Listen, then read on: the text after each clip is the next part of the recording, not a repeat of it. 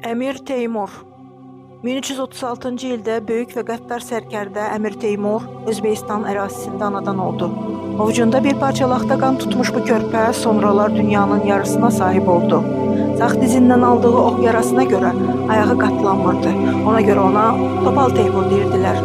Bir çox döyüşlərdə qalib gələn Teymur Türkistanı tək idarə etməyə başladı və Səmərqəndi paytaxt elan etdi. İşğalçılıq hücumlarını artırıb Təbriz, Naxçıvan, Kars, Tiflis, Şəki, Qəbələ və Qarabağı ram etdi. Qızıl Arda xanı Toxtamışı qalib gəldi. 1398-ci ildə Hindistana yürüş edib Dehlini tutdu. Qələbə qazandığı hər yerdən usta və sənətkarları Səmərqəndə gətirirdi.